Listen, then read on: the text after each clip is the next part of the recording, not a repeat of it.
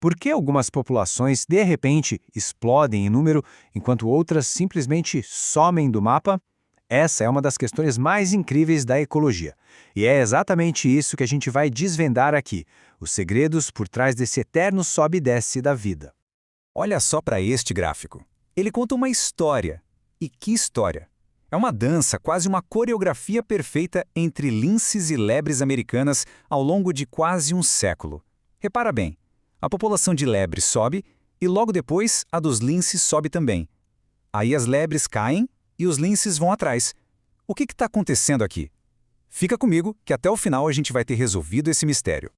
Ok, para a gente entender essa dança complexa, a gente precisa começar pelo bem básico. Acredite se quiser, mas a história de qualquer população, seja de bactéria, de lebre ou de gente, se resume a apenas 4 regrinhas bem simples.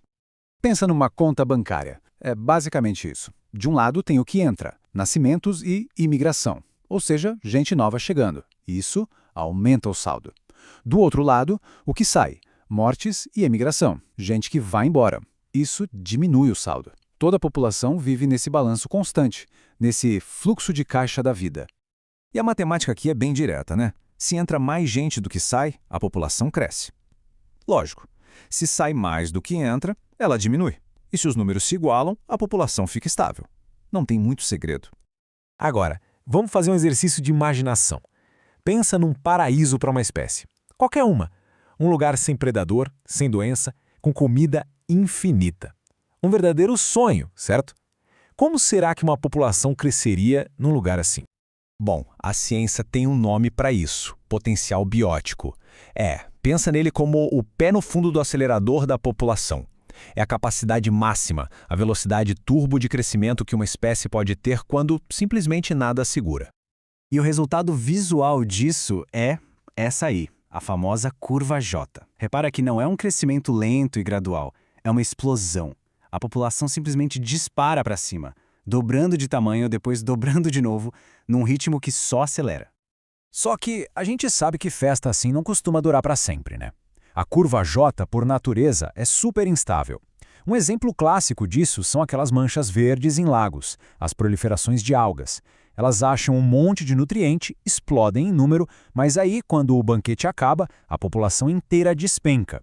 É um colapso tão rápido quanto o crescimento.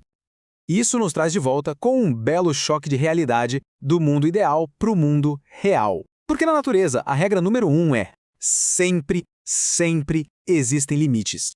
Olha que legal esse contraste. De um lado, a gente tem o sonho, a utopia da curva J crescendo sem parar. Do outro, a realidade da grande maioria das populações, a curva S. Vamos ver então como é que essa curva mais pé no chão funciona na prática. A curva S é tipo uma história com começo, meio e fim. Primeiro, o começo é lento, a população está se adaptando, sabe? Depois, vem o boom, a parte do crescimento rápido, bem parecido com a curva J.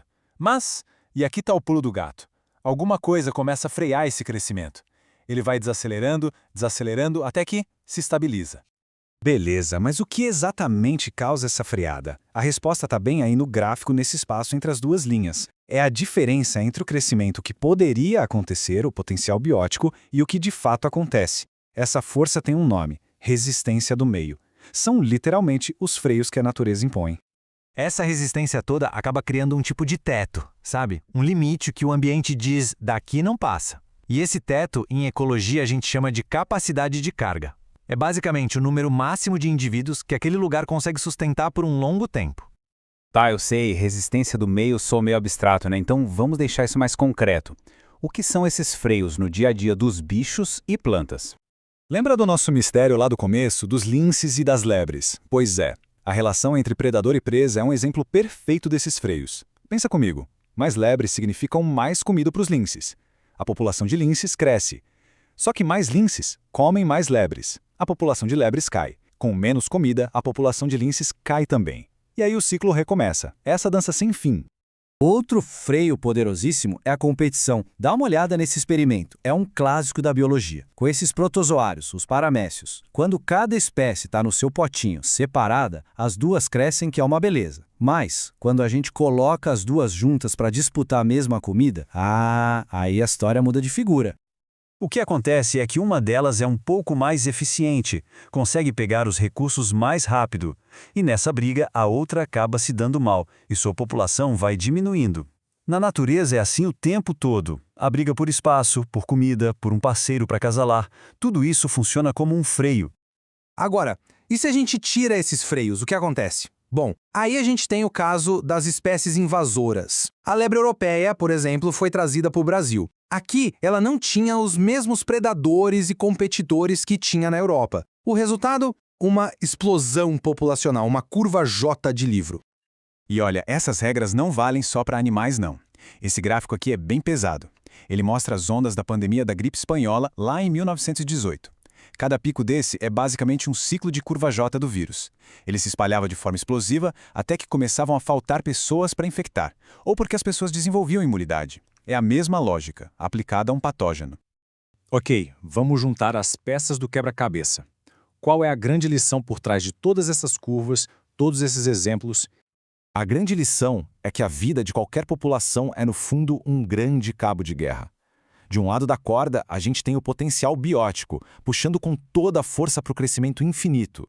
E do outro lado, a gente tem a resistência do meio, puxando de volta, freando, impondo os limites da realidade. No final das contas, é simples assim. É o acelerador contra o freio. É o sonho de crescer para sempre contra a realidade dos limites. É a curva J idealista contra a curva S realista. E é exatamente essa tensão, essa briga constante, que desenha a história de toda a vida no nosso planeta. Isso tudo nos leva a uma última pergunta, uma provocação para a gente pensar. Nós, seres humanos, com toda a nossa tecnologia, nossa capacidade de inovar, muitas vezes parece que a gente vive numa curva J, né? Num crescimento que não para. Mas as regras da natureza, como a gente viu, valem para todo mundo.